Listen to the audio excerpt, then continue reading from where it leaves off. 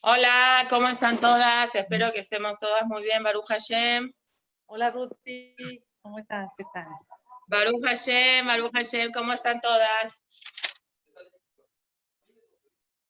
Ok, vamos a empezar. Nosotros estábamos hablando sobre la silla de Shlomo Amelech y sobre las mitzvot que el rey Shlomo tenía escrito en sus escalones y las opiniones que habían entre Hazal y el Shem Mishmuel tan bonito y tan aclaratorio que trató de relacionar las tres mitzvot que tiene un Melech como un shofet, que se acuerdan que era la de Lota Te Mishpat, la que no se puede desviar un juicio, Lota Kirpanim, la que no se puede hacer diferencias entre una persona, por ejemplo, de un nivel social o socioeconómico bajo y una persona.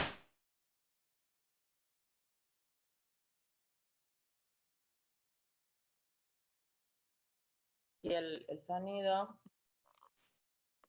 Y la tercer mitzvah es que Lotika Shohat no se puede recibir cohecho.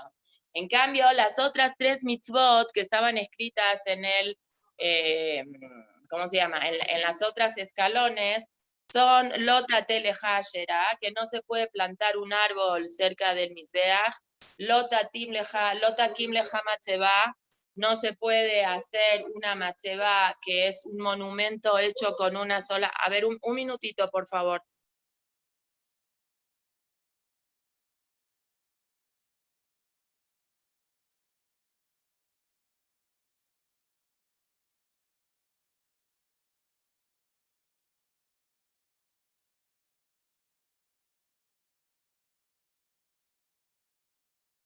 Perdón. Lo takim lejamatzeba, que no se puede hacer un monumento de una sola piedra. Y lo tisbach la Hashem lo queja un animal, sé que tenga un mum, que tenga un defecto.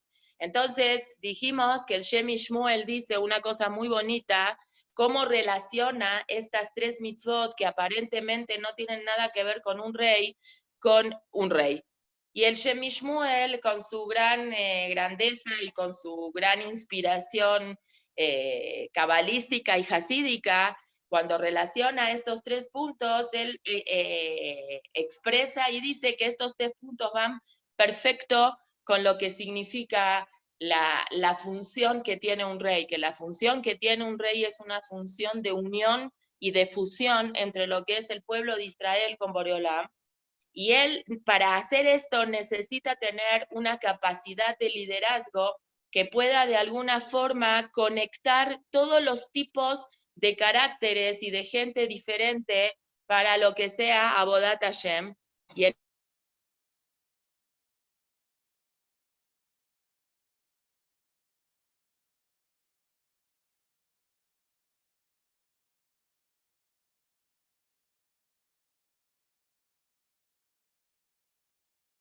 dará un árbol de Avodat Zará, y la Avodat Zará la relacionamos con la relación que Jajamim en algún momento le encontraron a la mitad de Gabá, a una persona que es prepotente y presumida, que es lo que es justamente lo inverso que tiene que ser un rey, como hemos hablado en diferentes ocasiones de la grandeza de David Amelech, de Moshe Rabenu como líder, que también en algún momento la Torah lo llama Melech, Baí Bishun Melech, como Shaul Amelech con su Anabá también, y todos los grandes de Israel que tienen la oportunidad de ejercer un liderazgo, que tuvieron la oportunidad de ejercer un liderazgo durante la historia, el denominador en común entre todos siempre tuvo que haber sido de alguna forma su carácter de Anabá, su carácter de humildad. Y eso lo relacionó directamente el Shem Shmuel también con lo que es un mum, un defecto físico que obviamente Eina Mikra Yotze Lider Pshuto, es obvio de que cuando la Torah habla de que no se puede traer un animal con un defecto físico, es literal, que no se puede traer un animal con un defecto físico, que ese defecto físico, la Torah enumera en qué parte del animal no se podía tener ese defecto físico, pero el Shem Mishmuel también trae una Megilá que dice que también los Jajamim en la Gemara consideran que un defecto físico es no un defecto físico, un defecto vigilal, un defecto espiritual es la gaba. Y de ahí trajimos la reayot y tratamos de relacionar también con la tercer prohibición que estaba escrito en el escalón número 1, 2, 3, 4, 5, en el quinto escalón, que es Lot Akim Leha Matzeba. ¿Cuál es la diferencia lógicamente entre Matzeba y Mizbeach? Que habíamos visto nosotros que a partir de la época de la construcción del Mishkan, desde el Bet HaMikdash, no se podía ofrecer a Boreolam Korbanot en cualquier lugar que no sea un lugar determinado y especial, que sea, yo qué sé, Shiloh, Gibor, no, diferentes Mizbejotas, hasta que llegó Mishkenot, hasta que llegó el Bet HaMikdash, porque estos lugares, estas Korbanot que se tenían que hacer en lugares especiales o en lugares diferentes, como en la época vemos como Abraham, Isaac y Jacob, eran Mizbejot. ¿Cuál es la diferencia entre una Matzeba y un Mizbeach? Que una Matzeba está hecha de una sola piedra y un Mizbeach está hecho de muchas piedras. Y trajimos la realidad de eso del mismo Eliyahu Anabí en Melahim Aleph, cuando él confronta al pueblo de Israel en el evento que él hace en Ara Carmel, que él, aunque no se podía realmente hacer eso, pero bueno, fue una situación especial que sí lo pudo hacer, porque en la época de Eliyahu Anabí ya estaba el Bet HaMikdash, es que él hizo un Mizbeach y él le propuso al pueblo de Israel hacer como una prueba y decir, yo voy a hacer un Mizbeach y voy a traer un Corbán para Hashem, y ustedes, los que creen en la Avodah Zará, los 400 Nevi'im falsos, profetas falsos de la Avodah Zará, también ofrezcan un Corbán para Hashem, y donde baje el fuego es el Hashem verdadero. Y obviamente que donde ofrecieron ellos la Avodah Zará, no hubo Enkol Beinoné, dice el Pasuk ahí, no hubo ninguna reacción, hasta Filu que Eliyahu Anabí se burló de ellos. Obviamente burlarse no se puede, pero el Tzanut de Avodah Zará, dicen Jajamim, del único que sí se puede burlarse es de la Avodah Zará. Y al final baja un fuego del Shamán y el pueblo de Israel recapacita y hace teshuvá y dice Hashemu Elohim, Hashemu Elohim. Lamentablemente una teshuvá que no fue perdurable, porque el pueblo de Israel luego volvió a pecar, pero bueno, eso lo hablaríamos en su momento de lo que es. Pero ese Mizbeach que había hecho Eliyahu Anabí, la Torá recalca, el Nabí dice que fue un Mizbeach hecho por 12 piedras, que estas 12 piedras representaban las 12 tribus, y que lo que dice el Shem Mishmuel que representa esta prohibición de un rey es que el rey no puede dejarse llevar por un grupo de gente buena que le haga caso, sino nosotros explicamos la semana pasada que el liderazgo verdadero del pueblo de Israel y lo que Hashem realmente quiere de un líder, y no nada más de un líder, porque cada una de nosotras somos de alguna parte lideresas en nuestras casas y en nuestras familias y en lo que nosotros hacemos para Avodat Hashem, como mamás y como esposas, etcétera, etcétera. Y al fin no nada más de eso, podríamos ir a un nivel un poco más alto, que explicamos uno de los Midrashim que dicen que las 6 escaleras, los 6 escalones que estaban en la silla de Shlomo, representan 6 imaot, Sará, Rivka, Rachel, Lea, Bilá y Zilpa. No es casualidad que hablen sobre 6 mujeres, a lo mejor esto también es un remes, una señalización, que también esto tiene que ver algo con nosotros, con las mujeres, que tenemos que tener esa capacidad de cuando eduquemos a nuestros hijos, tener una cabeza más abierta y tener la capacidad de aceptación y de recibir a colmine, todo tipo de personas con caracteres diferentes, que Hashem es lo que quiere, que haya esa unión. Por eso, y me parece que ahí fue que nos quedamos la semana pasada, que Moshe Rabenu, cuando hace tefilá a Boreolam y le pide a Hashem un sucesor, invoca lo que es el Elokea Rujot. Así dice el Hashem del Ruach, el Hashem del Espíritu.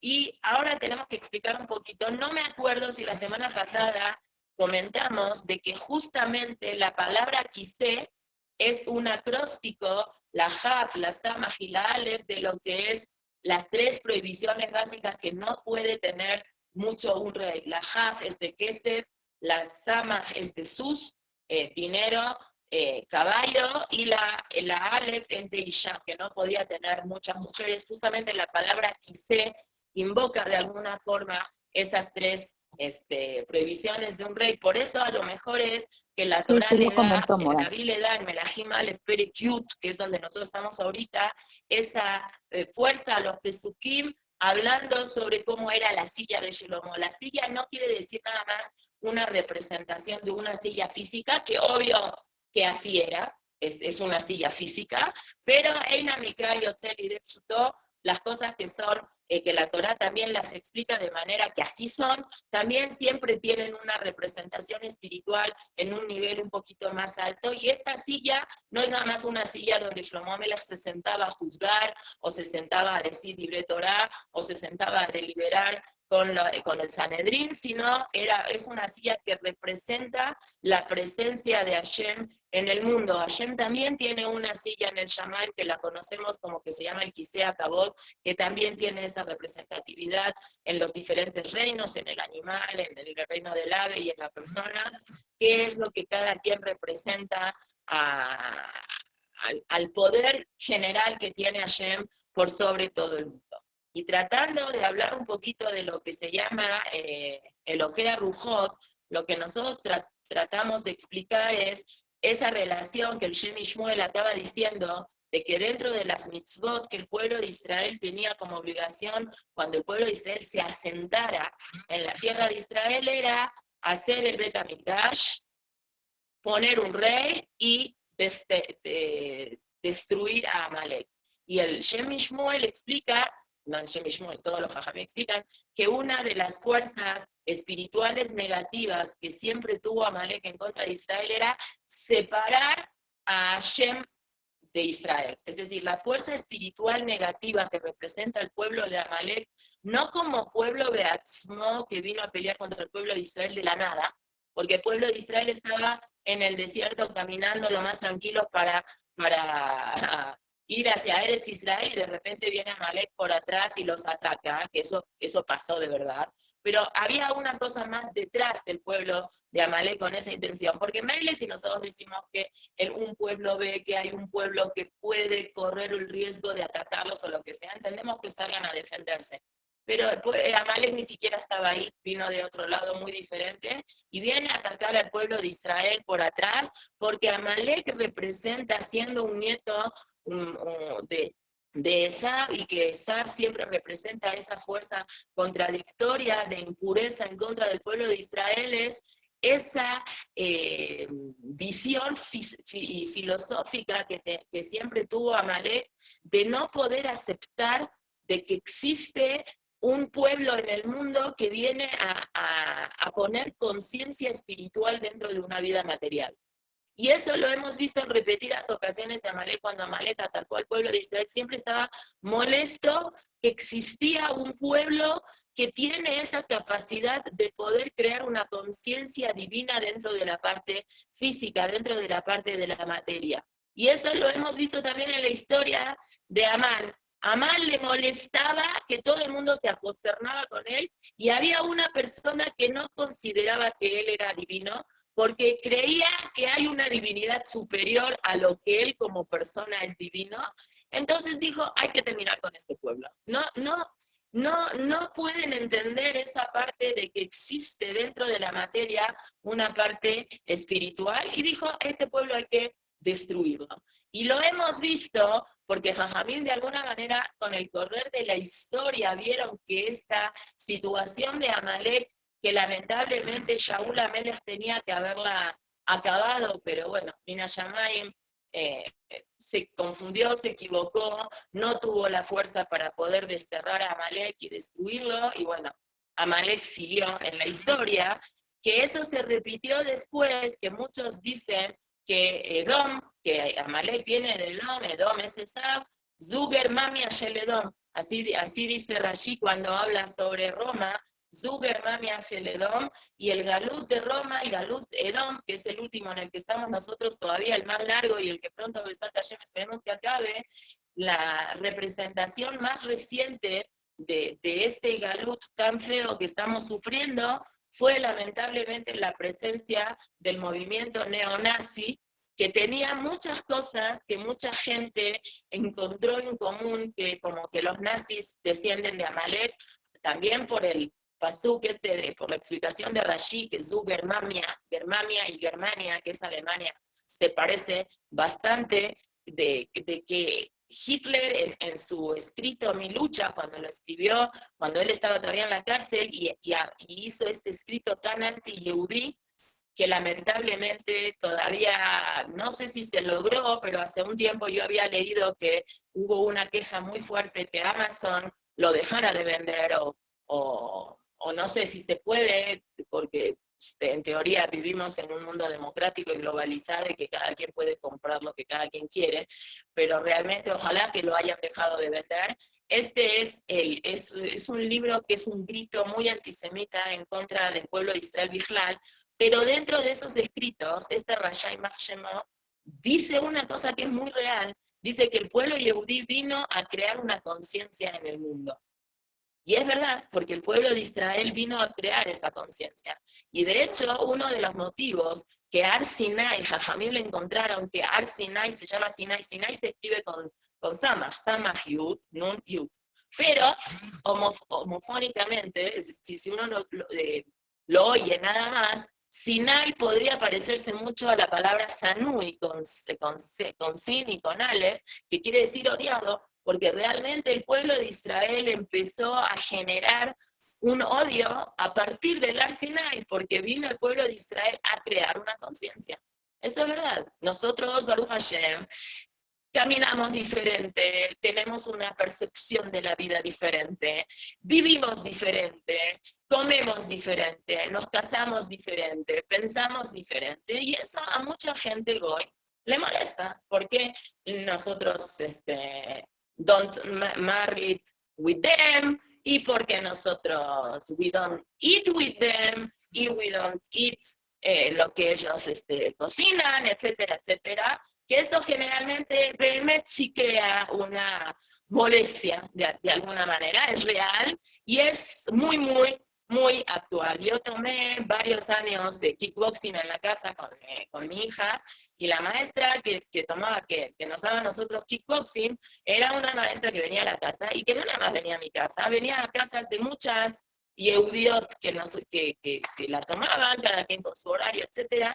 Y en una de las ocasiones me acuerdo que en una de las clases me dijo, if it's true, que lo que they cooking, we can't eat. Y por razones obvias, ustedes están entendiendo por qué estoy practicando mi desastroso inglés, pero bueno, no sé por qué alguna persona tuvo que haberle comentado esa cosa, a lo mejor porque ella en algún momento bring su food a la casa y esta persona así le dijo, no, la verdad no lo sé, pero le genera molestia. Baruch Hashem, Ashrenu, que esa sea la molestia que genere siempre, para que exista también esa separación y que cada quien ocupe su lugar. Pero bueno, hablando un poquito en un nivel un poquito más elevado, cuando Moshe Rabenu le pide a Boreolam un líder que sea, que al final terminó siendo Yoshua, él la verdad tenía muchas ganas que sea uno de sus hijos, y le pide que sea Eloquea a Rujot, los Jajamim me explican en un nivel un poquito más elevado, haciendo un poquito de historia, cuando la Torá nos cuenta en el libro de Bereshit que había un Gan, que Hashem hizo un jardín en el Edén, Gan que estaba en el Edén, habían Naharot, habían ríos que colindaban con este Gan, ¿no? Dice Benar y Yotzeme Eden, y Gan Eden, de alguna forma, tiene una relación espiritual con lo que es el día, por ejemplo, del Shabbat, que el Shabbat es Me'en Olam Haba, ¿no? Y el Shabbat es de Karata, la Shabbat Oneg. Si nosotros agarramos las palabras de Nar y Yotze Me'eden, vemos que Eden, la Ain, después Nun, Nahar y Gan, de jardín, las Eden, Nar y Gan, las Roshete Bot, las primeras letras de Ain, de Eden, de Nun, de Nar y Gimal, de Gan, forman la palabra Oneg, porque Shabbat es Mein Olam Haba, y una persona puede llegar al día de Shabbat, si uno trabaja con uno mismo, a llegar a ese nivel de one, de tener ese placer, Mein Olam Haba, un placer, no nada más un placer físico, que esa es una de las mitzvot de Shabbat, una persona tiene que generar en Shabbat un placer. Por eso hay mitzvot especiales, que si uno siempre come un platillo, que el Shabbat coma 2 platillos, la ropa, etcétera, etcétera. Pero lo que separaba, digamos, el Nar y Yotze, lo que separa el Gan del Eden es un Nar, ¿sí? Y el Nar siempre tiene una connotación también más espiritual.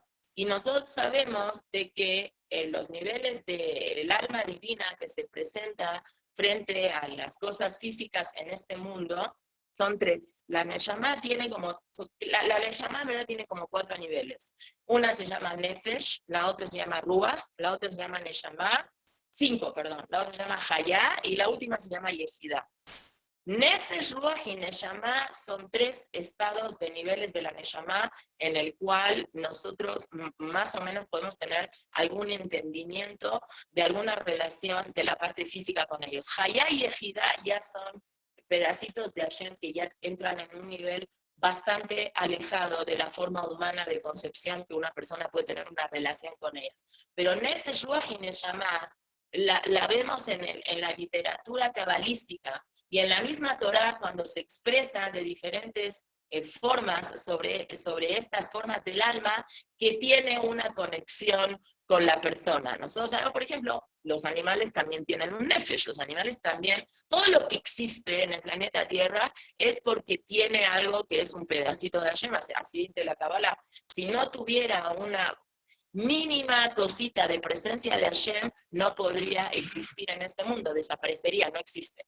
Los Yehudim, Baruch Hashem, tenemos un nivel un poco más elevado que Nefesh y un poco más elevado que Ruach, que es el nivel de Neshama, que es un Hele Pelotá Mimal Mamash, y los Goyim, que también tienen un Hele Pelotá Mimal, un pedacito de Hashem, que es una Klipat Noga, que es una cosa que es de la Sitra Hará, un nivel diferente de Neshama al nivel de que nosotros tenemos de Neshama. Y estas 3 cosas, Nefesh, Ruach, Neshama, se asemejan a estas 3 cosas que dijimos, Eden, Nar y Gan.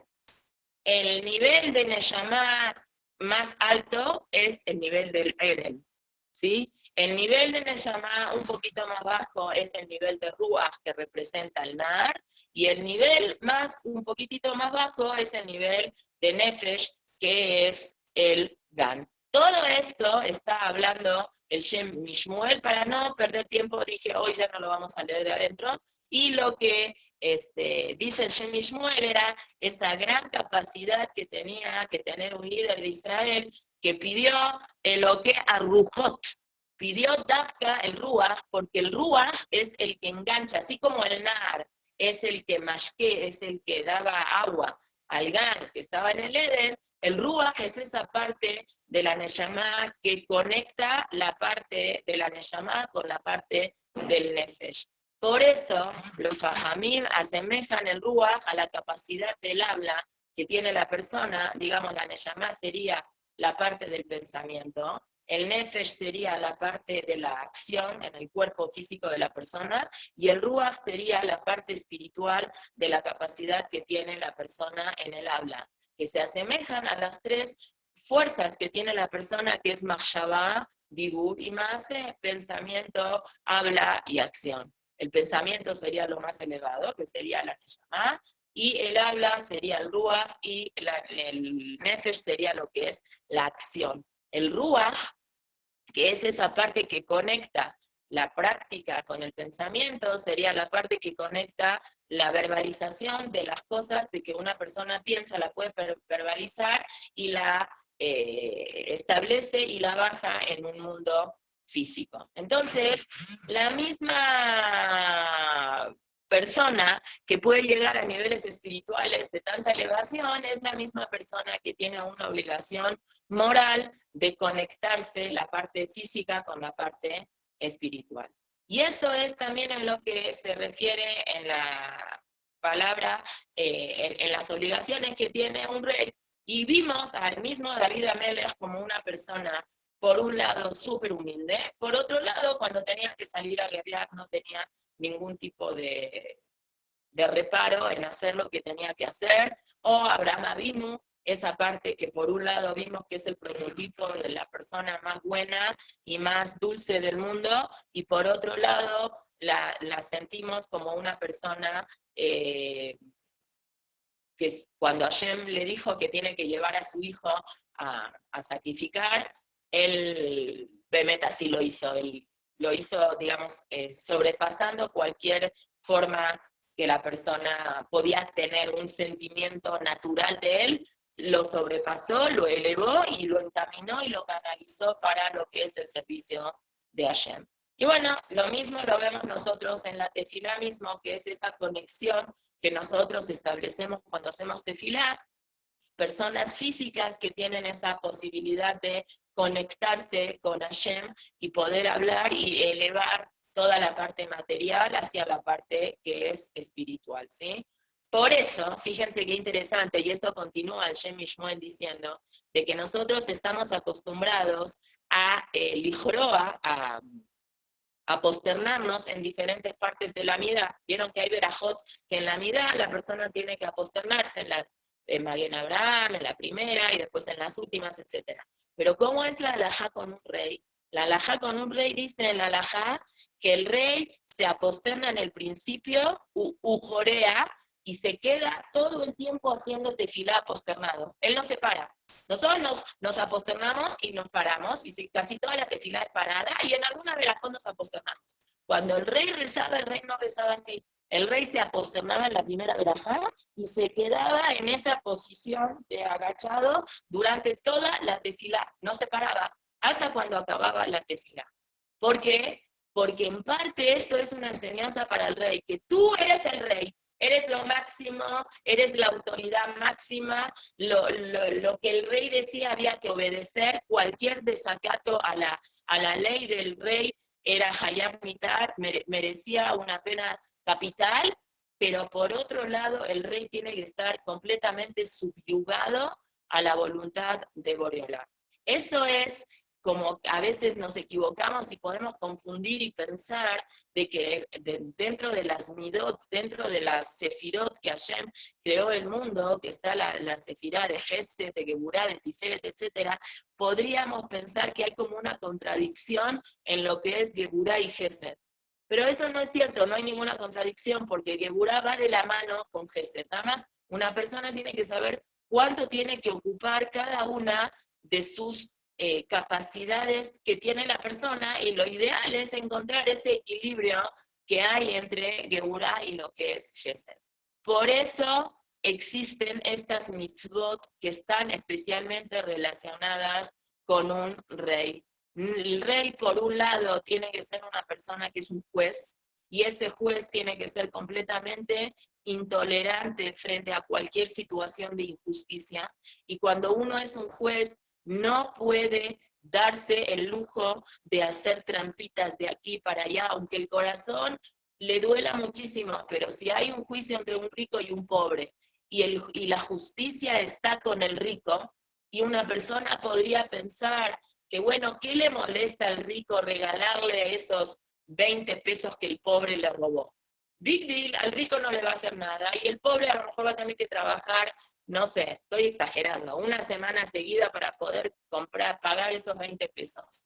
Pero el rey no puede hacer diferencia. Lota Kirpanim es de que el rey tiene que ser imparcial en eso, ni modo, aunque le duela el corazón, y a lo mejor el juez después de que le dijo al pobre tienes que pagarle los 20 pesos que le debes o los 500,000 pesos que le debes al rico, si se los debe se los tiene que pagar, a lo mejor el rey o el juez puede buscar y ocuparse de conseguir ese dinero para ayudarlo al pobre a que pague. Pero pagar tiene que pagar, no se puede hacer ese tipo de imparcialidades, aunque le duela el corazón. Y la Torá es muy repetitiva, y en muchas ocasiones cuando habla de los jueces es muy merakdeket, es muy detallista, que un juez no le puede ganar el sentimiento, tiene que hacer lo que la justicia le dice, así tiene que ser, por un lado. Por otro lado, así como tiene una obligación moral de defender la verdad y la justicia como de lugar, tiene que ser una persona súper, súper, súper humilde, una persona súper, súper, súper psicóloga, que tenga la capacidad de poder ponerse en los zapatos de todo el mundo y de entender a todo el mundo y no permitir en ningún momento que la persona caiga en esa situación de creerse más de lo que es. Todo el tiempo tiene el rey ese conflicto de, por un lado, defender la bandera de Hashem con una gabá, en este caso positiva, con una presencia y un orgullo muy alto, frente a sus obligaciones políticas y monárquicas como rey. Pero en la parte personal de él como ser humano, como persona, tiene una obligación de saber todo el tiempo que él es un empleado de la gente y que él es un eved de la gente, él es un esclavo de la gente y se le debe todo lo que es él hacia la gente. Y ese fue el gran prototipo y el gran ejemplo que vimos de David Amelech. Creo que en su momento lo platicamos aquí, que David Amelech una vez le dijo a Hashem, ves Hashem, yo no soy como los otros reyes del mundo que se la pasan de fiesta en fiesta, que se la pasan en la pura pachanga, que están todo el día comiendo, bebiendo, con una vida de lujuria. Yo soy un Eved Hashem y mis manos están manchadas con sangre. Me parece lo dijimos, que es que David Amelech, con su grandeza tan grande y con su sabiduría tan grande, las mujeres les llevaban las telitas de las Bedikot para que David Amelech vea si la sangre, ustedes saben, por el tipo de color y por el tipo de mancha, etcétera, etcétera, si la mujer sí está anida o no está anida, etcétera, y David disfrutaba de que las mujeres le llevaban las Bedikot para que él pueda leatir, y él le buscaba la quinta pata al gato para poderle atir, para poder permitir a las mujeres a poder estar con sus esposos. Entonces, una persona que tiene ese nivel de humildad tan grande es una persona que realmente llega a un nivel de liderazgo tan grande y tan espiritual. Pero, a Filu, con todas estas cosas, David Amelech no tuvo el zehut de poder construir el Bet HaMikdash como en su momento estudiamos en Shmuel Bet, que él quería muchísimo hacerlo, porque él dijo, ¿cómo puede ser? Yo tengo una casa en la que vivo normal y el Aarón HaKodesh tiene que estar en una tienda de campaña de lugar en lugar, no puede ser eso, y se apuró y le compró el pedazo a Arbaná y Yebusí, y Hashem rápido tuvo que intervenir con Natán Anabí, le dijo esa misma noche, ve y dile que él no puede construir el Bet HaMikdash, y ahí trae Rashi, un Rashi que lo leímos en su momento muy bonito, que dice, ¿por qué a la mitad de la noche así Natán tiene que ir rápido como si fuera una cosa urgente? No se podía esperar hasta el otro día a la mañana, después de Shachrit, que hable con David. Y ayer le dice a David, a Natán Anabí, que le diga a David Amelech que lo tiene que hacer ya eso, porque David Amelech paziz allá. Quería tanto a Hashem que tenía ese sentimiento de pesizut, de impulsividad buena, no mala, que él, David ya dijo, si voy a construir la mitad, ya estaba toda esa noche, no dormía y estaba ya pensando cuántos constructores tiene que contratar y cuánto material tiene que comprar. Era muy así, y Hashem, cabiajo, no se puede ni decir, tenía miedo que ya cuando Natán vaya al otro día, David Amelech ya haya contratado a todo el personal, ya haya comprado todo, y después cómo iba a hacer para retractarse. Entonces rápido tuvo que hacer eso. Entonces, si bien David Amelech no tuvo el zehut de construir el Bet HaMikdash porque él tuvo una época de mucha guerra, Hashem decidió que el Bet HaMikdash lo tiene que hacer su hijo, que se llamaba Shlomo, como dijo Rab Shimshon Rafael Hirsch. Shlomo viene de la palabra Shalom, porque David Amelech le heredó a él esa capacidad de poder tener Shalom. Shlomo Amelech fue un rey que gobernó durante 40 años en la mejor época que existió en la historia del pueblo de Israel. Shlomo viene de la palabra Shalem, algo completo. Shlomo viene de la palabra Shalom, había paz. Ish Tachat Gafno Betachat Tenato, describe Melahim, cómo se vivía en la época de Shlomo Amelech. Shlomo Amelech jamás tuvo una necesidad de pelear con ningún pueblo. Él estuvo en un reinado de paz, de tranquilidad, la mejor época de vivir en la tierra de Israel era casi como la Geulá. Él pudo construir el Bet HaMikdash, los Yudim, todos eran gente que cumplían todos Torah y Mitzvot.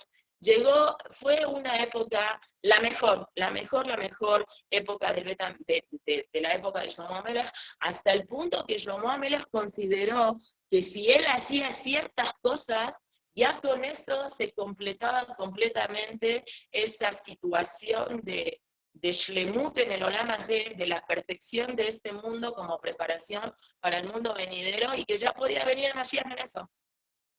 Pero él no se dio cuenta que en el mismo momento que él estaba haciendo cosas que él pensaba que era una cosa que estaba bien, en el mismo momento las cosas se salieron de control, y en el mismo momento cuando él inaugura y se casa con la hija de Paró, pensando que él estaba haciendo una cosa buena y positiva, en ese mismo momento, lo leímos la otra vez, en el Shamaim se genera un conflicto durísimo, y en ese mismo momento se crea la destrucción del Bet HaMikdash, como leímos que bajó el Malach Gabriel esa misma noche que él se está casando con la hija de Paró, y Naat Jerez, él clavó una espada y formó lo que es la patita esa de Italia, y se generó lo que en un futuro iba a ser el Imperio Romano, que terminó destruyendo el segundo Bet HaMikdash, ¿sí? Entonces, bueno, es muy importante todas estas cosas. Bueno, ahora vamos a tratar de explicar que no podemos, porque la Gemara en Masejet Shabbat dice Kol mi sheomer Shaul Jata, o David Jata, o Shlomo Jata, o Rubén Jata, etcétera, etcétera, Eino Ela Toe. Nosotros, en nuestra percepción tan chiquitita que tenemos para poder hablar de los personajes tan grandes que habla el Tanaj, que no somos nadie para hablar de nadie, simplemente vamos a tratar de hacer una pequeña reflexión en base a lo que Jajamim dicen sobre los psukim estos, porque Shlomo HaMelech era un tzadik muy grande, y David era un tzadik muy grande, y Rubén, incluso en ese error, en ese desliz que tuvo en su momento, y Shaul HaMelech, no podemos nosotros tener, no tenemos, yo en lo personal no tengo ninguna capacidad de poder establecer un criterio de pecado, pero los Jajamim, con su grandeza y con su infinita sabiduría, consideraron de que algunas cosas que pasaron ahora con Shlomo HaMelech no estuvieron bien. Y vamos a tratar de explicar la Kavaná, en la intención que tuvo Shlomo HaMelech, porque él era muy tzadik, como dijimos la otra vez, que era superior en su nivel y en su capacidad de poder realizar esa reunificación entre lo físico y lo espiritual.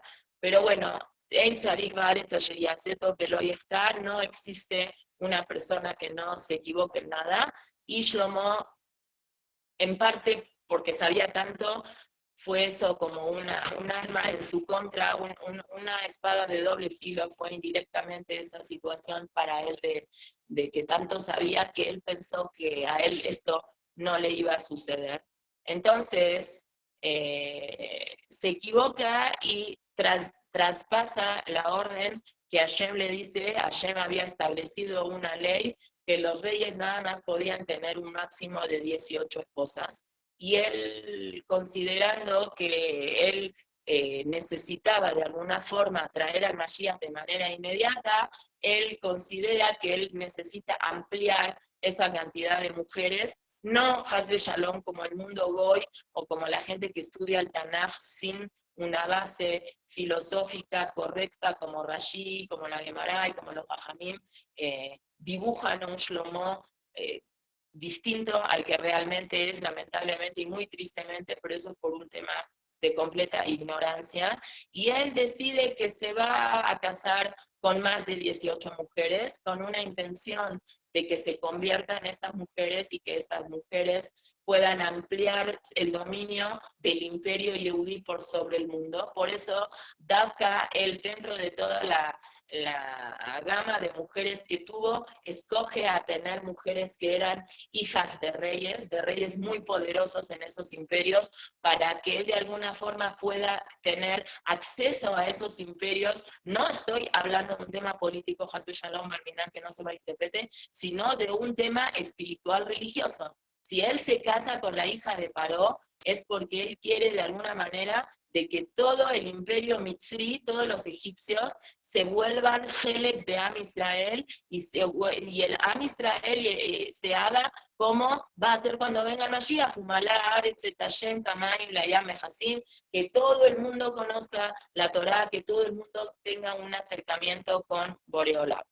Esa idea de tener muchas mujeres, que hoy nosotros la vemos tan lejana a nosotras, Baruch Hashem, en verdad en nuestro enfoque occidental lo vemos algo que es muy lejano, pero la verdad es que hoy en el mundo árabe no es algo que es raro. De hecho, los árabes sí tienen más de una esposa y sí son polígamos. Nosotros lo vemos raro, pero en verdad sí existe parte del mundo que tiene bastante poder hoy en día en el mundo, que ellos no lo ven mal, ¿sí?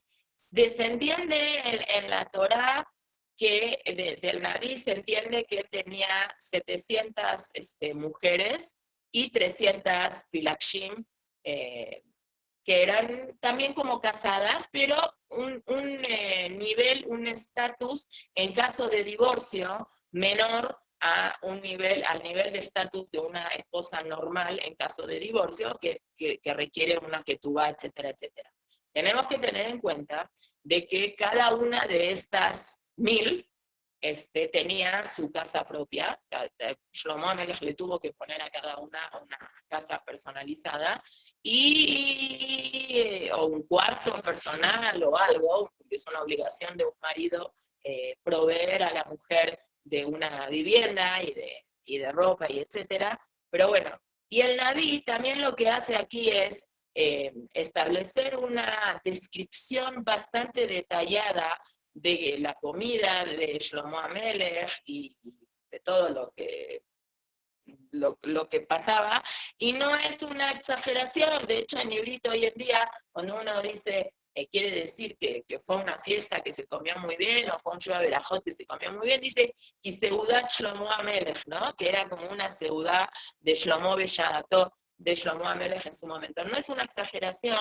Probablemente toda esta descripción que el Naví hace sobre la mesa de Shlomo, sobre lo que él comía, etcétera, etcétera, era porque seguramente estas visitas, el Shlomo Amelech, el Naví dice que recibía muchas visitas de diferentes países y ciudades del mundo que había en ese momento, del mundo conocido, y probablemente eran este tipo de comidas diplomáticas que existen también hoy en día, en el cual Shlomo Amelech servía estos platillos para que los goim vieran toda la grandeza de Am Israel y cómo era no sé, como una mesa de Shabbat, vamos a decir así, muy grande. Hasta Filu que Hazal dice de que Shlomo Amelech a cada una de sus mujeres les daba suficiente dinero para comer y para vestirse, etcétera, etcétera, mucho, así, con mucho shefa, porque Shlomo Amelech, siendo un tzadik, cumplía todas las halajot que le corresponde a un marido hacia su esposa de una manera como debía de ser, ¿sí? Pero bueno, obviamente que tener 700 en forma redonda y el número 300 también en forma redonda, debe de tratar de decirnos algo. Era justo 700 con número cerrado, o 300 con número cerrado, o hasta Filu, hay algunos hajamim que interpretan en contra Filu del pshat del pasuk, que no eran 700 esposas y 300 pilakshim, sino al revés, que eran 700 pilakshim y 300 esposas. Pero bueno, nosotros sabemos que este número 3 y el número 7, al ser números cerrados, no es tan común. Y otra cosa que también es muy importante es que tenemos que sacarnos de la cabeza de que una persona que se casa con 1000 mujeres es un tema de Yetzer Hara. La verdad es completamente inaceptable al cerebro humano de que una persona que se casa con 1000 mujeres es porque era una persona que era mujeriega. Porque una persona que es mujeriega no necesita casarse, porque si le gustan las mujeres, no necesita comprometerse con estas 1000 mujeres, que realmente es difícil. La verdad es que si nuestros esposos, bueno, por lo menos mi esposo conmigo, se vuelve loco, imagínense si con una mujer uno se vuelve loco, con 1000 mujeres lo que habrá sido, imagínense tener 1000 suegras. Bastante situación difícil para Shlomo Amelech y la poquita convivencia que podía tener con cada una de ellas. Es decir, si el año tiene 365 días, es decir, ¿cómo podía él estar con ella? No sé, le tocaba a lo mejor poder establecer un vínculo más emocional con cada una de ellas una vez cada 3 años, una cosa así, más todas las obligaciones que él tenía como rey, etcétera, etcétera. No fue nada fácil para Shlomo Amelech esto. Afilu Jajamim dicen que Shadam, no sé, y ya, Rehaim, Al-Sabaros, cuando un hombre se casa con una mujer, es como que le cae un rejaim, una parte de un molino sobre su cuello. Es decir, es muy comprometedor para la Torá casarse, no es una cosa tan fácil. Imagínense con tantas mujeres, e imagínense la situación de incomodidad que había filu entre ellas. Si cuando la Torá llama a un hombre que se casa con 2 mujeres, ¿qué nombre le pone de parentesco a una esposa con la otra esposa? Digamos, es un señor se casa, vamos a poner al señor aquí, sí, aquí. Un señor se casa con una aquí y con otra acá. Ella con ella se llama que son tzarot. Tzarot viene de la palabra problema, porque hay celo, porque hay competencia. Es muy difícil las obligaciones que la Torah establece, que dijimos, no me acuerdo cuándo, dijimos creo que ayer, que la Torah establece obligaciones del hombre hacia la mujer, no establece obligaciones de la mujer hacia el hombre en la Torah. Los jajamim ya pusieron sus cosas, pero dentro de las 3 mínimas obligaciones que la Torah establece de un hombre para la mujer, que es Sheera, que es Sutabe o Nata, que es darle un lugar de vivienda y un lugar y darle ropa suficiente y estar y compartir una vida emocional íntima con ella, es muy difícil para un hombre. Baruch Hashem ahorita, hace unos años, Rabenu Gershon estableció de que un hombre no se puede casar con más de una mujer para el mundo ashkenazí. De hecho, igual ya caducó esa takaná, esa obligación, pero Baruch Hashem, todos los Yehudim continúan con esa costumbre, y no es tan fácil todas estas situaciones de compromiso que un hombre tiene con una mujer. Sí tiene que ocuparse de cada una, y no es una situación muy complicada. Entonces, cuando la Torá prohíbe que un hombre se haga, cuando la Torá prohíbe que un rey exagere en estas 3 cosas, en lo que es nashim, en lo que es mujeres, en lo que es caballos y en lo que es dinero, tiene que tener esto una representación y un impacto sobre la vida de la persona. Cuando la Torá viene y prohíbe que un hombre no se puede casar con muchas mujeres, la Torá apela directamente a esa capacidad que tiene que tener la persona de un autodominio de impulsos físicos que tenga la persona. Cuando la Torá habla de que un rey no podía tener muchos caballos, habla de un mínimo de poderío, de sentirse poderoso. Los caballos son animales que se usaban para la guerra. Entonces, un rey que no tenía muchos caballos era un rey que no se consideraba un guerrero, que no se consideraba que su país o él mismo tenía un poder armamentista fuerte. No era un rey poderoso en armas, ¿sí? Y cuando la Torá habla sobre Kabod, sobre el tema de Kesef de Zahar, dinero, se refiere a lo que es Kabod. Estas 3 cosas son 3 cosas que representan 3 situaciones en la vida de la persona que desequilibran a la persona de este mundo, que es lo que es conocida esta Mishnah en Pirkei Avot, que es Akiná, Atahava, de Akabot, Motziim, et Adam Mina Olam. la envidia, el celo, la ta'avá, el placer, el deseo, y el kabod, y el honor, el orgullo, la prepotencia, así son las tres cosas que desubican, que desequilibran, que desnortean a la persona cuando toca piso. Una persona, para que esté aterrizada en la realidad de uno, tiene que entender que estas tres cosas, la quiná, la ta'avá y el kabod, la tiene que tener lejos de uno.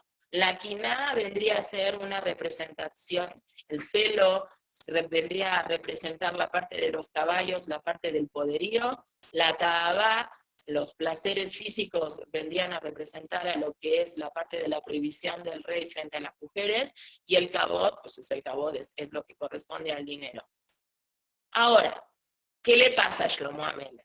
Shlomo HaMelech sabía estas cosas. Shlomo sabía que un rey no puede tener estas tres cosas. Y Shlomo HaMelech sabía que tener estas tres cosas representan una cosa mala. Si la Torá le está diciendo a un rey, no tengas ni muchas mujeres, ni muchos caballos, ni mucho dinero, es porque es algo que un rey no tiene que tener. Pero Shlomo HaMelech, con su intención tan buena y tan positiva de hacer las cosas bien, él dijo, es verdad que estas tres cosas son cosas que son negativas, pero son cosas que si una persona las aprende a canalizar, se puede sacar algo positivo de estas tres cosas negativas. Porque nosotros sabemos de que no hay ninguna cosa, a partir del Etzadá, ninguna cosa mala es 100% mala, y ninguna cosa buena es 100% buena. Todas las cosas malas tienen algo bueno, y todas las cosas buenas, en el fondo, a veces tienen algo malo.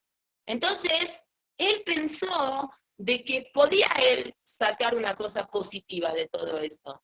Vamos a decir, realmente una cosa es así. Cuando los Jajamim, cuando existieron los Anshe Knesset, tanto la gran asamblea de 120 tzadikim, en la cual participó también Mordejai, que era uno de los últimos profetas que existió, después de que se destruyó el Bet HaMikdash, se quitó la profecía.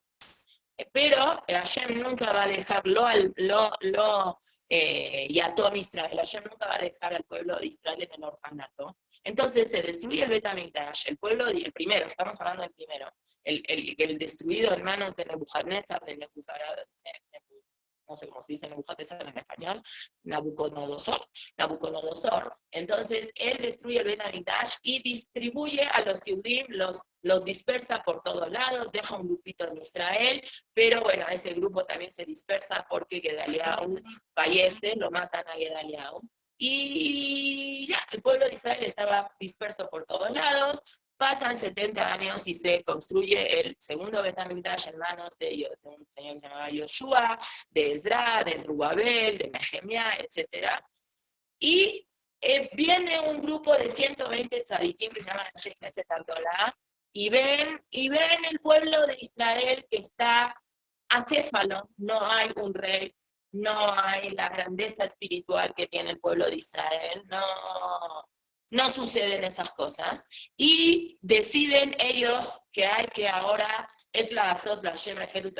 ahora hay que hacer un liderazgo diferente, y ya si no hay un Bet HaMikdash a donde poder llevar korbanot, tenemos que hacer un sidur. Hicieron un nusach del sidur, hicieron un texto, cómo rezar, pusieron takanot, hicieron leyes, qué cosas se van a poder hacer, qué cosas no se pueden hacer, y aprovechando que vieron que era Et Ratzon, que Hashem estaba con el pueblo de Israel, hicieron un rezo especial para quitar del corazón de los Yehudim el Yetzer Hará de la Avodah Zará, que era una tentación muy, muy fuerte, era muy difícil que los Yehudim no quieran hacer Avodah Zará. Y como ellos vieron que Hashem estaba bien, porque Hashem estaba aceptando todas las tefilot de ellos, ¿saben qué otra cosa querían pedir? Ellos querían aprovechar a pedir también que Hashem quite el Yetzer Hará de los hombres para Arayot. Que Hashem quite el Yetzer Hará que tengan los hombres, ese deseo de estar con mujeres. Pero después se arrepintieron y se retractaron de esta petición y dijeron, no lo vamos a pedir, porque si vamos a pedir que los hombres ya no tengan ese deseo que les guste las mujeres, el mundo se va a quedar shamen, el mundo se va a quedar sin gente, porque ¿qué lo va a motivar a un hombre a estar en una mujer? No va a querer, tampoco no van a haber hijos en el mundo. Entonces, como ellos entendieron de que si se va a quitar el Yetzer Hará de Arayot, el mundo va a dejar de reproducirse, porque cuando ellos pidieron eso, en ese momento, pasó un impacto durísimo en el mundo, los animales dejaron de reproducirse, las gallinas dejaron de empollar, entonces se retractaron luego y dijeron, no, el Yetzer Hará de la Avodat Zará sí, quítalo, pero el Yetzer Hará de Arayot no lo quites. Eso, así cuenta la Gemara. Es decir, que las Ta'avot, es decir, no nada más eso, vamos a ir a otra cosa todavía más fuerte. Cuando la Torá habla, cuando el libro de Bereshit dice que en el 6º día Hashem vio que todo lo que había creado era Tov Meod. ¿Sí? En muchos días de la creación, en el día lunes no dice, pero en todos los días de la creación, en el día martes dice 2 veces, en todo dice que Hashem vio que era bueno. Entonces el Rambam trae ahí que ve que cuando Hashem dice que vio que era bueno, le dio Kiyum, le dio esa fuerza de que se adquiera esa cosa en el mundo. Cuando dice la Torá el día viernes que creó a los animales y que creó al ser humano, dice que Hashem vio que todo lo que creó era Tov Meod. No era bueno, era muy bueno. Vienen los Mefarshim y dicen Tov, se refiere al Yetzer Hatov. Tov es que Hashem le puso a la persona el instinto del bien. Tov Meod, muy bien, es que Hashem le puso a la persona, al ser humano, el instinto del mal. Tov Meod es el Yetzer Hará, así dicen los Jajamim. Porque gracias a que una persona tiene Yetzer Hará, tiene esa motivación de ser luchona, de ser ambiciosa, de querer casarse, de querer tener hijos. Todas esas motivaciones y todas esas aspiraciones de crecimiento que una persona tiene, ¿son del Yetzer Hatov o del Yetzer Hará? Son del Yetzer Hará. Nada más que tiene que ser un Yetzer Hará bien encaminado. Y eso a lo mejor fue lo que le pasó a Shlomo HaMelech, a este tzadik tan grande que su nombre mismo lo declara como una persona shalem, como una persona completa, como una persona casi perfecta, como un Shlomo que hacía shalom. ¿Shlomo qué es? Shalom hey, ¿sí? Una paz con Hashem, que este Shlomo HaMelech, con esa grandeza tan grande, pensó que él tenía esa capacidad de poder traer a Mashiach, de que con esa voluntad de él de poder casarse con tantas mujeres y poder demostrar el poderío armamentístico, no sé cómo se dice, o el poderío de armas tan grande que el pueblo de Israel, la fuerza que el pueblo de Israel tenía frente a todos los goyim, y de tener un imperio basado en la riqueza canalizada para bien. Porque Shlomo HaMelech, de toda esta riqueza que describe el Naví, no era riqueza de él. Él no amasó una fortuna personal, como lamentablemente vemos en las noticias de hoy. No sé, el otro día que estaba viendo las noticias para ver cómo va el tema de esta cosa que estamos viviendo, leo de que, no sé si es la secretaria de Gobernación, no sé, una señora que se llama Cordero, de repente, Baruch Hashem le mandó un montón de verajá en sus cuentas personales, otro senador no sé, ojalá que no sea Yudí, Hackerman, ojalá que no sea Yudí, de pronto tiene un montón de propiedades y tiene un montón de dinero. Mashallah, Baruch Hashem, Hashem tiene una cosa especial con los gobernadores de México, también de Argentina, que de pronto empiezan a trabajar en el gobierno y pasa un mes. Benissem, que se les engordan sus cuentas en el banco, empiezan a comprar un montón de propiedades en Palmas, en todos lados, y así, mira, Shamayim, las cosas le van re bien a partir de que empiezan a trabajar en el gobierno, que se nos pegue también a nosotros esa verajá tan grande que viene de repente. Pero con Shlomo HaMelech no era así. Toda la fortuna y la tranquilidad económica que existía en el pueblo de Israel se fue directo a las bodegas del pueblo. Era un tesoro que perteneció a Am Israel y que gracias a eso, después de la muerte de Shlomo HaMelech, cuando empieza una decadencia espiritual terrible, el pueblo de Israel, los reyes, los gobernantes de Israel, tienen un fondo monetario que pueden sacar de ahí para estar pagándole a todos los ataques goim que vienen a atacar al pueblo de Israel y tenerlos calmados y mantenerlos a una distancia bastante buena.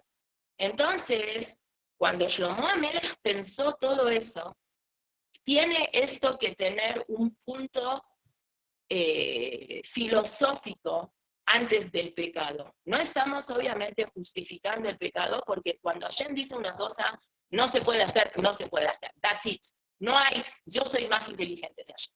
Pero para eso quería traer lo que explica David Tzadok HaKohen MiLublin, también uno de los grandes de Hasidut, del libro Pri Tzadik, cuando él habla en una sijá de Hoshana Rabbah, que es el último día de Sukkot, y habla de los ushpizim. Entonces, cada día de Sukkot viene a la cabeza la ushpiza, el invitado principal, y después le siguen los otros 6, Abraham, Isaac, Jacob, todos ellos vienen. Y aquí explica Rabí Tzadok HaKohen MiLublin, en su sijá que dio de Hoshana Rabbah, dice, Ine bechol ushpizim kadishim, con todos los invitados tan elevados que vienen en Sukkot,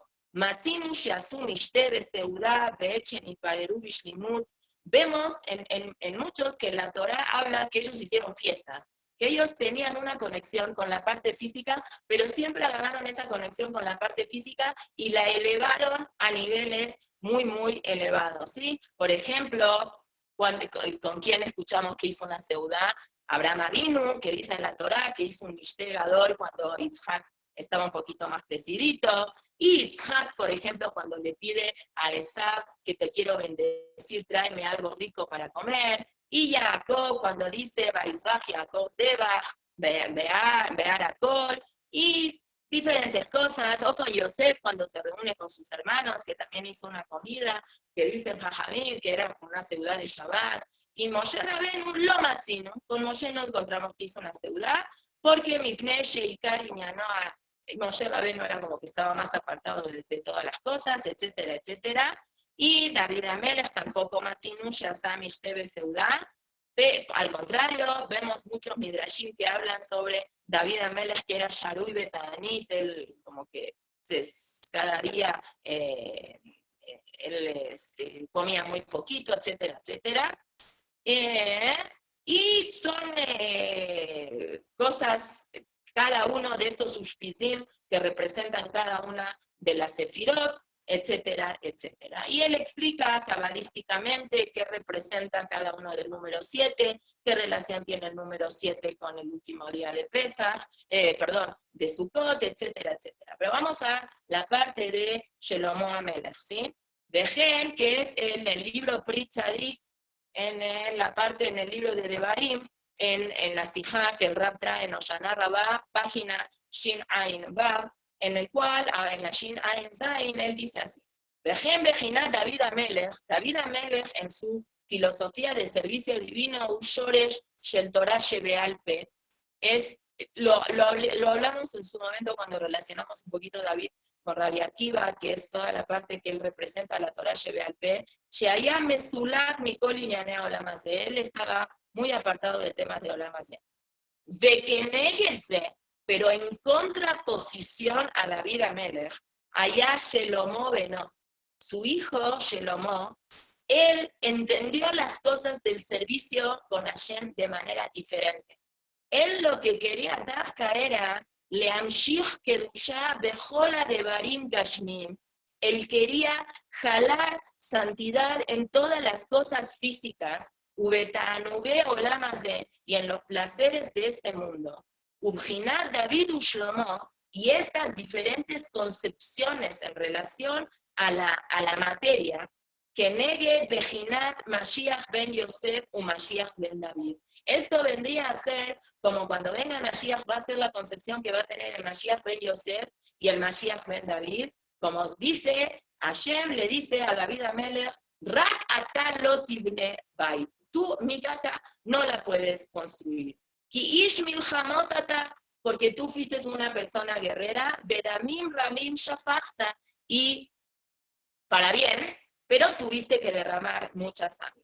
Eso sería más o menos, obviamente que el Mashiach ben David es David, pero en la relación de David con Shlomo, David vendría a significar lo que es el Mashiach ben Yosef, que es como ustedes saben que él va a ser el que va a guerrear si es que se necesita guerrear, la Dafka, hay Beito, Afishena, si va a venir el Mashiach en su momento, o el Mashiach tiene que venir antes de su momento, que Besat Hashem es lo que va a pasar. El Mashiach Hashem no va a esperar que llegue el final de los días, sino que Hashem va a traer el Mashiach antes, Besat Hashem, Bimerabi, amén o amén, que representa el Mashiach ben Yosef, el que va a ser el jefe de esa guerra, etc. Pero, ¿por qué? ¿Por qué Rabbi Tzadok HaKohen Milublin hace esta comparación? Porque él dice de que el Mashiach ben Yosef, ¿quién era Yosef? ¿Qué representa filosóficamente, espiritualmente Yosef? Yosef representa este tzadik tan grande que Kabaye Titzro, que él pudo autodominar su instinto del mal cuando fue que casi peca con la esposa de Potifar, pero al final no pecó, ¿sí?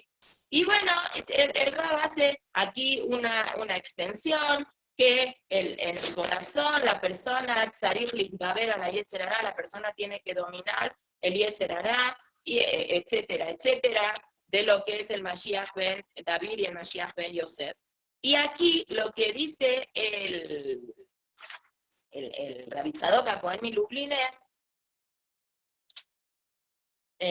Umibchinat David HaMelech, que David HaMelech era un lojem, era un guerrero, incluso un guerrero que se refiere también en contra de su yetzer hara, y que gracias a David aprendemos, la Gemara dice que David Ekim Ulash el Teshuvah, que gracias a David HaMelech la gente puede aprender que se tiene que hacer Teshuvah y que Hashem recibe la Teshuvah en privado, y que por el Geta Egel los Yudim aprendemos de que Hashem recibe la Teshuvah colectiva de todas.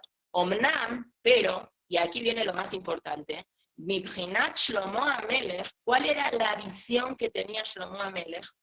Que Shlomo HaMelech se llama Ish Meluja, él vivió en una situación de paz, She'ein lo shum milchama mitzad hayetzer hara. No nada más una paz real, sino estamos hablando aquí a un nivel filosófico elevado. Él no quiso pelearse en contra del yetzer hara. ¿Por qué? Porque el yetzer hara ya lo tenía él dominado. Shekvar ukabush tahtav. La gen en lo ganken shum milchama imumot haolam. Él ya estaba en un nivel espiritual, por decirlo de alguna manera, que la primera parte de la carrera su papá ya la había recorrido por él. Toda la parte de guerrear en contra de yetzer hara, eso ya lo hizo David HaMelech. Cuando él llegó a la época que él era rey, él ya llegó Mibchinat Mashiach ben David. Él ya llegó cuando el terreno ya estaba todo conquistado. Como dicen aquí los psukim que vemos en Melahim Aleph, Vayishtahu lo kol Melahim. Todo el mundo Goy estaba a disposición de él. Mipnei sheyet achlit ashlemut. Para él él ya había llegado al shlemut, a la parte completa, a la parte de la perfección. Afilu bebitul idgarut hayetzer hara. Afilu para pelearse en contra del yetzer hara.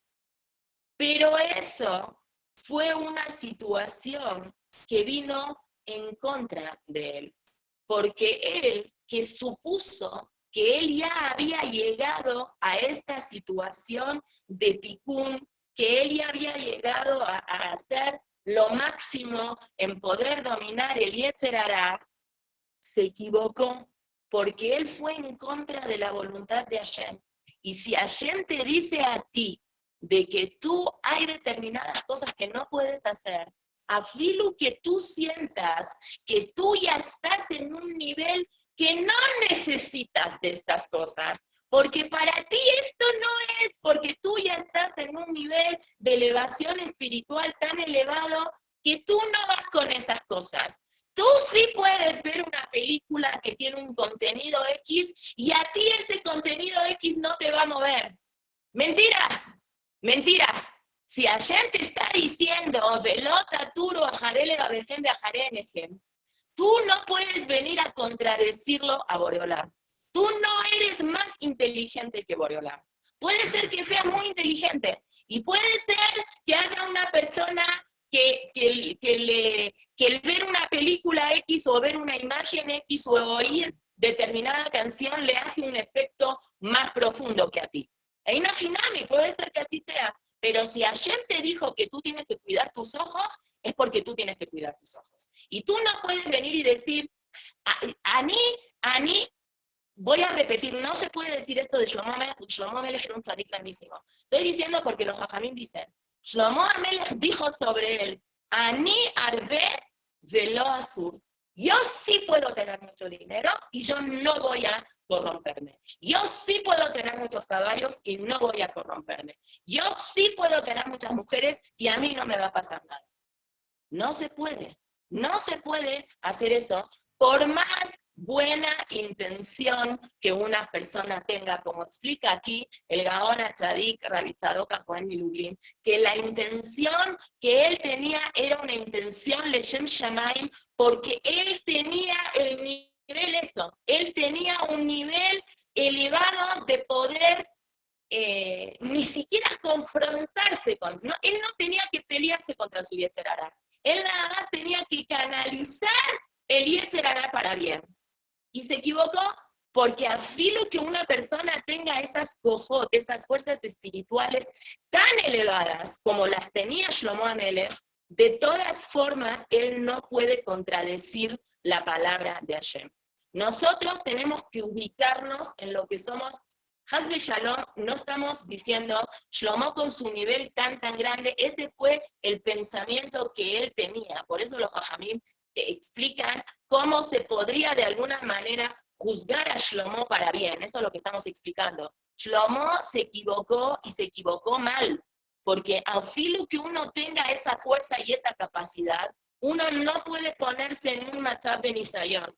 Uno no puede decir, Ani está, o Ani ese de lo está. Yo sí puedo hacer esto y a mí no me va a pasar. No, porque si Jajamim y la Torah te están diciendo una cosa, no puedes contradecir esto. A filo que tú consideres que tienes las fuerzas espirituales y emocionales suficientes para no pecar. Si Hashem dijo que no se puede, no se puede. Me parece que en una ocasión ya dijimos también, una Gemara, una braita que cuenta, que los Jajamim dijeron que una persona en Shabbat no puede leer a la luz de la vela si está sola.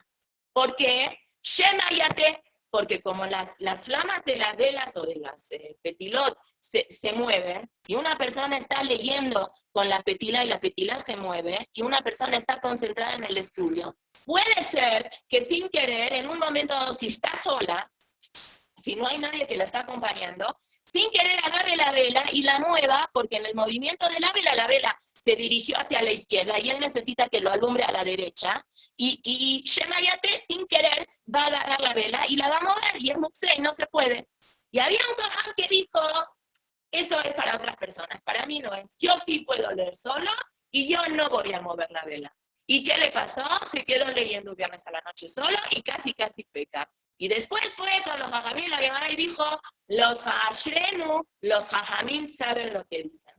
No son cosas que son exageraciones, a mí esto no me va a pasar. Esto no puede, nosotros vimos en el Pirkei Avot que una persona no, alta a mí beatzmeja, Dios no deja. Una persona no puede decir, a mí no me va a pasar. Nosotros no tenemos una inmunidad frente al Yetzer Hara. No hay. Toda la vida del Yetzer Hara es buscar que caigamos, y gracias a que él está todo el tiempo poniéndonos en este conflicto de que caigamos y que caigamos y que pequemos, gracias a eso, cada vez que superamos esa prueba, estamos más cerca de Hashem. Pero no podemos considerar de que como ya somos religiosas y como ya esto a mí no me pasa, yo sí puedo hacer X cosa y a mí no me pasa. No. Hasta el punto que Shlomo Amelech, siendo quien era, un tzadik tan grande que el Naví, como lo alaba y dice, Batere Jochmat Shlomo, esa inteligencia y esa sabiduría que fue superior y que nosotros explicamos a qué se refiere, Mikol Nekedem, Mikol Jochmat Mitzrayim, y de todas las cosas que podrían considerarse algún tipo de Yetzer Hara para él lo superó todo. Bechol Ofen, se equivocó. Y cuando él dijo, Ani arde velo asur, yo sí voy a poder tener mucho de eso y yo no me voy a equivocar. Dicen los Jajamim que alta aot yut, la letra yut subió al Shamaim del pasuk que dice lo yarbe garashim. Yarbe es yut resh bet hei, que no puede tener mucho, no puede aumentar. Subió la yut de la palabra yarbe lifnei Kadosh Baruch Hu. Y le dijo, Boreolam, Shlomo Mahakoti, Shlomo el rey me borró de la Torah, porque tú dijiste que no se puede tener mucho, y él está teniendo mucho, ¿sí? Y agarró a Kadosh Baruj Hu y le dijo, Elef Korbanot, 1000 Korbanot, porque Shlomo cuando hace la inauguración y todo trae 1000 Korbanot, Shlomo me les puede traer 1000 Korbanot, y ni una sola letra de la Torah va a ser borrada del Sefer Torah. Y cuando él comete ese error, inmediatamente, en el final del reinado de Shlomo Amelech, se divide la Melujá, se parte ese reinado que Hashem tenía tantas ganas que continúe Leolam Baed nada más para David y su familia, y no va a pasar eso. Y Hashem en un principio nada más quería que sucediera esto durante 30 y pico de años, y después el rey Asa se equivoca y continúa esto, y después se destruye el Bet HaMikdash, que no era la intención que Hashem quiere hacer eso. Y después Hashem cuando va a hablar con él, le va a decir lo que va a pasar, y le va a decir, yo esto lo que te estoy diciendo que se va a dividir la Melujá, no va a pasar en tus días, pero ¿sabes por qué? No por ti. Leman David Abija, Leman David Abdi.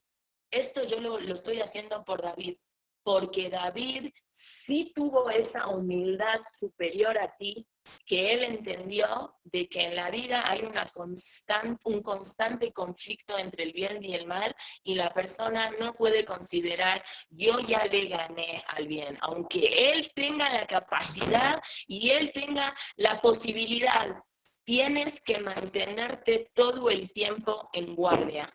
No puede ser. En su momento, cuando nosotros hablamos del Geta Egel, también tratamos de explicar cómo es que Yehudim, 40 días después de haber oído la voz de Hashem que dice, Anoji Hashem me lo queja, lo iré leja, van y agarran un becerro de oro y se ponen a decir, el oveja Israel. Es decir, no puede ser esta equivocación.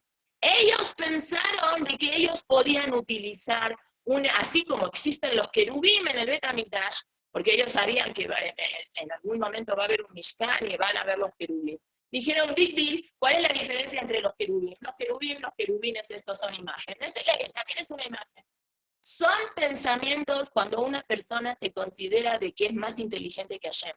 Cuando una persona cree que lo que Hashem le está diciendo, sí, eso es para otros, eso no es para mí, yo no necesito de eso. Es una equivocación. Y lo mismo vimos en la parashá sobre el tema de los merrabim. Ellos tenían un enfoque del amor distinto al enfoque del amor que Hashem quiere que tenga la persona. Y es difícil, es complicado tener una relación de amor tan grande con Hashem y de la mano tener esa sumisión y esa rendición frente a la voluntad de Hashem. Porque a veces lo que hace el Yetzer Hara con nosotras es decir, somos cuatachonas de Hashem. Y en verdad somos cuatachonas de Hashem. Pero ese ser cuate de Hashem no se contradice con ser Eved de Hashem. Eso es lo que nosotros como judíos tenemos que saber. Nosotras somos cuatas de Hashem 2000%. Somos amigas de Hashem, somos leabdil, no se puede decir, somos hijas de Hashem. Pero no podemos permitir que esa relación de amistad y de cercanía tan grande que lo sentimos Hashem por nosotros nos haga perder el equilibrio y dejar por una milésima de segundo de sentir de que aparte de ser amigas de Boreolam, somos Shefajot de Boreolam, somos Abadim de Hashem. Tenemos que tener esa capacidad de bajar la cabeza y de aceptar de que Hashem sabe las cosas mejor que nosotros. Y para terminar, hay un mashal que a lo mejor muchas de ustedes ya lo oyeron en alguna oportunidad. Mashal le manda a Bardome, ¿esto qué se parece? Había un ministro de un rey que era muy, muy cercano al rey, y el rey lo quería muchísimo. Era un ministro que toda su vida se entregó completamente hacia el rey. Todo lo que el rey le pedía lo hacía. Si el rey le mandaba una cosa, necesito una junta urgente ahora por Zoom a las 2 de la mañana, ahí lo tenías al ministro parado frente al rey. Rey, lo que usted quiera, cuando usted quiera. Era Nehemán fiel al rey al 200.000%. Todo lo que el rey quería, él le hacía caso. Había gente, como siempre, que tenía envidia de esa relación tan cercana que el rey tenía con su empleado. Le molestaba, decían, es un favoritista el rey, lo tiene consentido. La quina, ya vimos lo que hace la quina. Entonces, en un momento dado, sin que este ministro se enterara, fueron con el rey y le dijeron, tú sientes que este ministro tuyo es muy fiel a ti y todo, ¿no? ¿Por qué no lo pones a prueba? Hazle una prueba para probar si realmente es esa fidelidad que él siente contigo, es a morir para siempre o no. Entonces el rey dijo que ahí vamos a ponerle una prueba. Entonces agarró y le dijo, mira, yo te voy a mandar a ti a un imperio lejano, bastante lejos que está aquí, vas a tener que irte por bastante tiempo. Nada más te voy a decir una cosa. Tienes prohibido quitarte tu saco. Tú vas con una ropa que representa el reinado, vas con una, ¿cómo se dice? Un saco con las medallas, ¿no? Como usan los militares y todo eso. Tienes prohibido todo el tiempo que te quedes en el otro reinado, tienes prohibido quitarte el saco. Está bien, el ministro se queda así dudoso, pero con lo que el rey dice se obedece. Y le dice, ok, rey, no se preocupe. El rey se lo repitió 80.000 veces. Al otro día de la mañana, en la noche, cuando está haciendo las maletas para irse, el rey otra vez le habla por teléfono y le dice, te pido, por favor, no te vayas a quitar el saco. Sí, rey, no se preocupe. Cuando se está por subir al avión, le vuelve a marcar a su celular y le dice, te pido, por favor, no te vayas a quitar el saco. Y él le dice, no se preocupe, rey. Hasta el mismo ministro empezó a pensar, el tipo este se rayó, se puso loco este rey, debe tener tanta presión de tantas cosas del gobierno que se está volviendo loco. Ok, pero si usted me dice, no hay problema. Ok, llega al otro reinado, lo están esperando en el aeropuerto, todo un comité presidencial, el embajador, el ministro del rey, todo lo llevan a una suite de un hotel y le dicen, hoy en la noche tenemos una cena de gala, que estás invitado, te vamos a hacer una cena especial como representante del otro gobierno en nuestro país. Ok. Va, se baña, se viste, se perfuma, todo, va a la cena presidencial.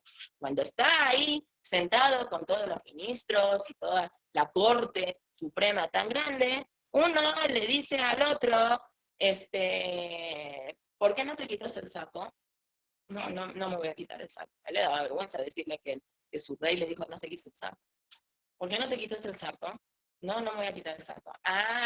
Seguramente tienes una joroba que escondes. Este es un saco que te lo habrá hecho alguien en medio que se consultó con un ortopedista. Entonces, como tú tienes una joroba aquí, seguramente cuando tienes tu saco puesto que no te lo quitas para disimular que tienes una joroba. El ministro se queda callado, lo empiezan a bullear, lo empiezan a molestar, le dice, tú te estás burlando de nosotros, seguramente tú tienes una joroba y la estás escondiendo. No, la verdad no tengo ninguna joroba, entonces quítate el saco. No me voy a quitar el saco. Quítate el saco, no me voy a quitar el saco. Viene el otro rey Mamash y le dice, te pido por favor que te quites el saco. Y él dice, no me voy a quitar el saco, y que no me quito el saco, y que no me quito el saco, y que no me quito el saco. Dale, entre nos. Te doy $1 millón si te quitas el saco. No me voy a quitar el saco. Te doy $2 millones si te quitas el saco. No me quito el saco. Te doy $50 millones si te quitas el saco. No me quito el saco. Te doy $100 millones si te quitas el saco. No me voy a quitar el saco.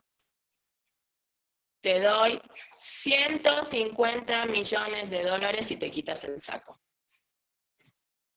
Ahora el ministro dice, con 150 millones de dólares pagamos al Fondo Monetario Internacional la deuda externa que tenemos en nuestro gobierno. Entonces, me conviene quitarme el saco, porque si yo voy a ganar estos 150 millones de dólares que no son para mí, es Leman, es a favor del gobierno, entonces ya se va a poder pagar esa deuda que tenemos. ¿Y que el rey se va a poner tan contento que hice un negocio redondo, todo por la tontería de quitarme el saco? Voy y me quito el saco. ¿Está bien?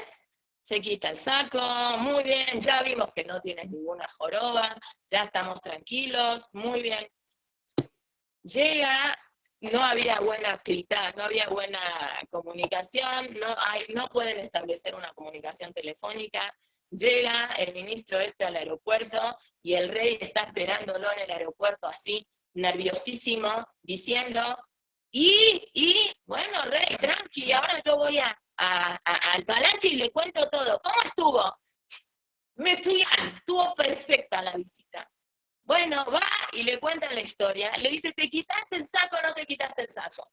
Rey, hice un negocio redondo. Gracias al negocio que hice vamos a poder pagar toda la deuda que tenemos con el Fondo Monetario Internacional, con el Banco Mundial. Estamos salvados, rey. Me quité el saco y le van a depositar 150 millones y cuando está diciendo eso el rey se desmaya. El ministro no entiende nada. Y cuando lo tratan de reanimar, le hacen, le traen alcohol, le suben los pies, lo cachetean al rey, y el rey se despierta y le dice, ¿qué negocio redondo hiciste? Yo aposté que si tú no te quitabas el saco, me iban a dar 500 millones de dólares. ¿Tú crees que hiciste un negocio? Tú me hiciste perder a mi dinero.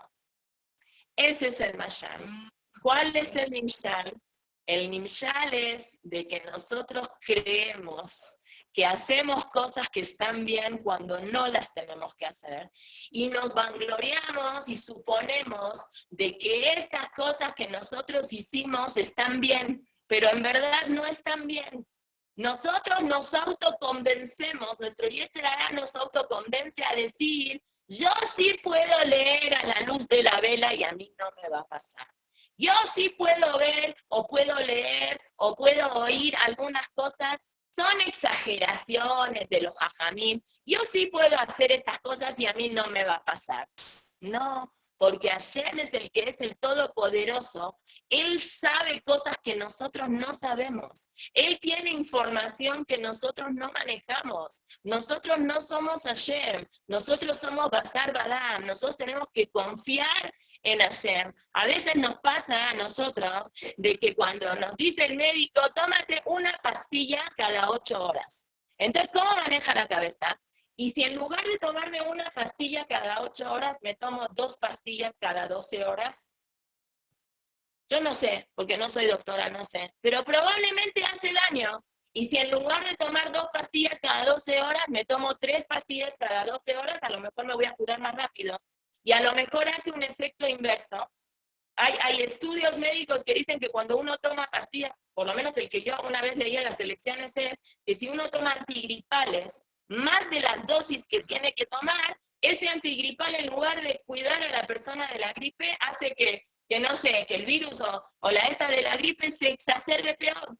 Nosotros no sabemos, nuestra obligación es confiar en Hashem y no hacer Heshbonot Shamayim. Nosotros no somos Hashem y tenemos que ser humildes y saber de que si Hashem dice algo que no, aunque a nosotros no nos parezca, tenemos que cumplir Retzon Hashem sin cuestionar, porque no somos Hashem. Para eso, Baruch Hashem, tenemos Hashem.